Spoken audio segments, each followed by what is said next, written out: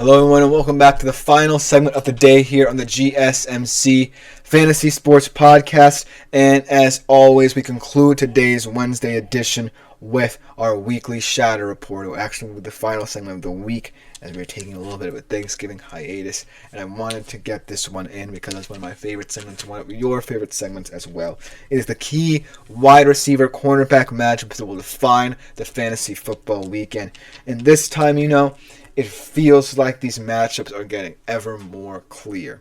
We're now getting into these divisional games yet again, where all of these guys are familiar with each other, and it's just come down to who wants it more, who is the better player on the day. And I feel like these are all fascinating studies of two elite players going up against each other, whether it's a divisional contest or just an important game for your team. So without further ado, let us jump into today's final segment, starting off with one of the more elite matchups of the weekend between two receivers on Thanksgiving. Two elite players on Thanksgiving, one of them being the receiver here, the other the cornerback, obviously. In Tyreek Hill going up against Jair Alexander. Now I feel like this matchup, is going to be the true test of Jair Alexander's prowess as a quarterback against a guy who can take the top off you. I feel like, the Dolphins are going to be multidimensional in this one, but that does not mean that Tyreek Hill isn't going to have his moments here. And it's going to be a true test of how physical Jair Alexander is going to want to get with him, because if you get a little bit too physical, chances are it opens up a lot more avenues for this team either way, because you can shut down Tyreek Hill, but it opens up avenues for Waddle, it opens up avenues for Smith, it opens up underneath for guys like Devon Achane in the run game. And so it could be a conundrum, because Jair Alexander, let's face it, phenomenal at generating takeaways, phenomenal in-man coverage, phenomenal at shutting you down. But this is a Dolphins offense that you can't necessarily go 1v1 against. You have to defend it in a whole collective effort. You can't necessarily slip up. And so that's why I feel like in this one, Tyreek Hill may have the slight advantage. He's playing with house money, and even though he hasn't been the best receiver since Tua's return, I feel like it's bubbling on the horizon here for him to have a big game with Tua yet again, to prove that they're still there and that they're still going to have a say in the outcome of the AFC playoff picture. And so the Packers defense better be ready, because it's not just Tyreek Hill, it's everyone else. And so even this matchup is a microcosm of the whole matchup, this Dolphins offense going up against this Packers defense. So even though this is an elite wide receiver cornerback matchup, and for fantasy purposes, one of the more exciting ones and more thrilling ones, I feel like, it's going to have to be mano a mano, but as a collective effort. So that's why this matchup is a amuse-bouche for the main event of that vaunted offense going up against that fearsome defense. But I still love this matchup either way. And the second one, this one certainly feels a little bit more modern, a little bit more, not necessarily pressing, but one of the more intriguing ones in terms of how both of these players play, because it's two very different styles of play here. It's physicality against finesse. It's, strength against speed. And that's what I really love about this matchup. It's two young guys as well. So not necessarily grizzled veterans, much like Tyreek Hill and Jair Alexander are, but two young guys in a game that certainly has deep underlying playoff implications, but maybe not necessarily that important to both teams, because they should feel good about where they stand. But Quentin Johnson going up against A.J. Terrell certainly feels like an intriguing matchup here, just because of the fact that Quentin Johnson is someone who I expect to be more of a vertical threat than someone who is a route runner and is a little bit more timely in terms of how he views receiving. And so that's going to be a huge challenge for A.J. Terrell, who I feel like would have preferred matching up against a guy like, say, Ladd McConkey or Joshua Palmer, because that's an even more interesting matchup here. But when these two line up against each other, if they do throughout this game, look for Quentin Johnston to really try and stretch him down the field.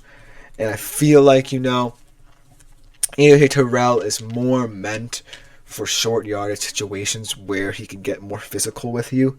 But in these situations, he could really be the difference here. Because I feel like, if J.K. Dobbins, who we don't necessarily know about, doesn't play in this game, then the Chargers feel like they can take more deep shots down the field. And so that could lead to AJ Terrell predicting, the kind of style that Quentin Johnston's going to come at him with. So that's why I feel like this one's a little more evenly matched now, just because of the fact that the Chargers feel like they're now going to open up downfield and pass the football a little bit more. But it remains to be seen, just because I'm not necessarily sure that Jim Harbaugh's going to want to completely give up the run game in this one, because that's his MO. And so that's what makes this one kind of a tactical chess match when they are matched up against each other. And I'm really excited for these two young studs to go at it in that intra-conference matchup, even though, the Falcons are a little bit sketchy right now, so to speak. Then the third matchup, I always try and pick one where it's fun, a more fun case study to see how this player matches up against a whole defense, because I feel like this guy could align anywhere and really make his impact felt for this Broncos team. And going up against the Browns secondary, like I said, has not played like it can and like we know it can these past couple of weeks, but had a impressive performance against the Steelers and might be riding on a high here, can match up against him. So Cortland Sutton going up against the Browns secondary, I'm really intrigued to see how the Broncos move him along the line, because whether it be in the perimeter or the slot, he's really going to try and test these Browns corners and safeties down the field. And I feel like, for what it's worth, the Browns are definitely not as bad as what they've looked like on the field thus far. And they proved as much against the Steelers. Maybe it was just a passionate, performance against a divisional rival in a snow game, but it does show that they still have talent and potential on that side of the football. And so Cortland Sutton is someone who we've always wanted to see a lot more out of, and he's really stepped up into this role, being that wide receiver one for Bo Nix, and we kind of saw it last year with Russ. But I do feel like this matchup is going to be all about him showing his diversity as an athlete, his versatility in different situations, whether he's running routes, whether he's just going deep, how he's helping Bo Nix, most importantly, is going to be an interesting case study. And the reason why I named the entire Browns secondary rather than one player is because all of them are well equipped to shield what he does. Whether it's in the short to intermediate passing game, or when they're going deep. And so that's why I gotta respect the Browns secondary for what it is, even in a time of turmoil, just because all of them in their own right are going to find different ways to annoy Cortland Sutton in this matchup. And that's what you have to do sometimes when you're a struggling secondary. Just try and make it difficult for the star receiver.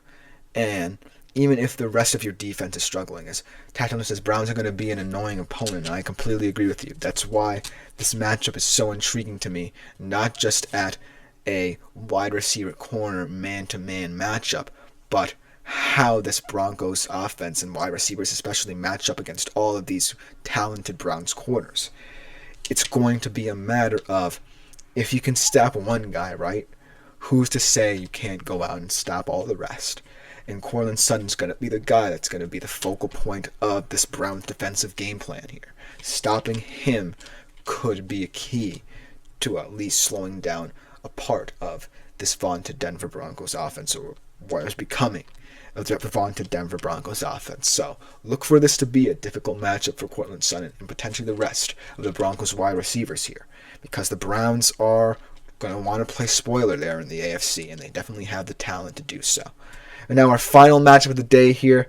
This one's a little bit of a bizarre one, actually, because I feel like this matchup has a clear winner here, but I am giving this defense a little bit of the benefit of the doubt here just because I don't necessarily think that they're the problem in terms of what Arizona needs to pinpoint down the stretch. But Justin Jefferson versus Sean Murphy Bunting, or, if Garrett Williams is defending him most of the time, should be interesting matchups here. Even though, Justin Jefferson's a talented receiver, he can be shut down, much like he was against the Bears in that tough matchup against Jalen Johnson last week. So that's why I feel like in this matchup, Justin Jefferson has to be wary of how these Cardinals defenders are going to want to match up against him. I feel like he's going to also take a little bit more of a back seat than people think, just because, much like last week, it opens up a lot of avenues. If, someone's double teaming him and Jordan Addison and TJ Hawkinson get going. But that being said, I do think that these Cardinals cornerbacks are gritty enough to really make this a challenge for him. So look for this matchup to really be an intriguing case study of wide receiver quarterback matchups. But let me know what you think about all these matchups in the comments below, because that will just about do it for the show and the week here on the GSMC Fantasy Sports Podcast, brought to you by the GSMC Sports Network. I've been Christopher Shepard. Thank you all for tuning in. We'll be back Monday, same time as always, 3:30 p.m. Eastern. Like, follow, and subscribe to the show on the network. Consider making yourselves available to the Super Chat, Super Thanks, and Super Stickers features here on YouTube. Happy and blessed Thanksgiving to you all. Enjoy it with your family and friends in advance. But other than that, I'm out for the week. Thank you all for tuning in.